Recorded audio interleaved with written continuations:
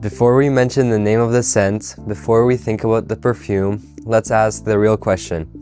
After wars ended, who is the first expected to change? Not those who started the war, not those who won the war, but those who lived through it in silence. Women. And here begins the story of Miss Dior. Hello and welcome back to House of Perfume Lovers. Today we're going to be talking about Miss Dior. Let's begin. 1945. The World War II has officially ended, but what ended on paper did not end in people's minds. Europe was economically devastated, psychologically exhausted, afraid of chaos, and there was a very clear anxiety.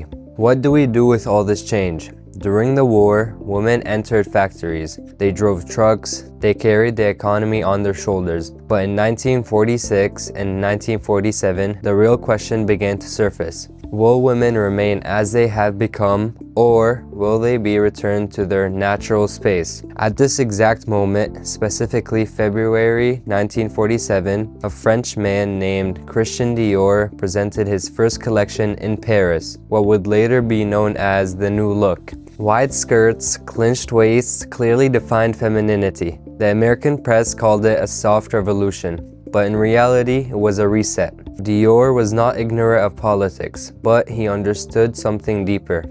Control does not always come through force, sometimes it comes through beauty. After the success of the New Look in 1947, Dior realized the image was still incomplete. A woman could be seen, but she also had to be smelled. And here, Miss Dior was born in the same year, 1947. The name alone is not innocent. Miss is a social title, not a personal name. A definition before an identity, as if the perfume says, this is how a woman should be presented. The perfume was created by the French perfumer Paul Vacher in collaboration with Jean Carl, one of the most important figures in perfumery at that time. And here's a very important point. Vacher and Carl were not looking to shock, nor were they chasing experimental art. The goal was simple, a clear perfume, stable, understandable, instantly recognizable. The composition reflects this decision perfectly. At the opening, bergamot, fresh, green touch. Then in the heart, gardenia, rose, jasmine, classic florals, familiar, non-conventional. And in the base, woods, musk, a light earthy touch. A perfume that is clean, ordered, well-behaved, never demanding attention. Even the scent itself does not change much over time, as if the message is, stay as you are, do not shift, do not surprise anyone.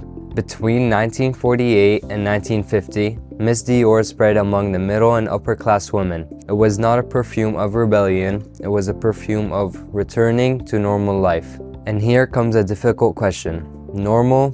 For whom? Miss Dior was not created to oppress women, but it served as a system that needed a woman who was beautiful, neat, non-confrontational, a femininity that could not be contained. Even today, when you smell Miss Dior, you feel elegance, cleanliness, and comfort. But comfort is not always a sign of freedom. Sometimes it is a result of giving up questions. And here, Miss Dior did not tell women, be yourself. It told them, be understandable, and the difference is enormous. The question I leave you with now, do we choose perfume because it expresses us or because it makes us acceptable, easy, and non-disruptive? In the next episode, we will see the complete opposite explosion. 1953, a woman says, I will not be quiet anymore. Youth Do, the perfume that opened the door to desire and shattered all disorder. Some perfumes are not worn for pleasure, but to teach us how to behave. That was all for today's video. Make sure to leave a like and subscribe down below. And as always, stay scented.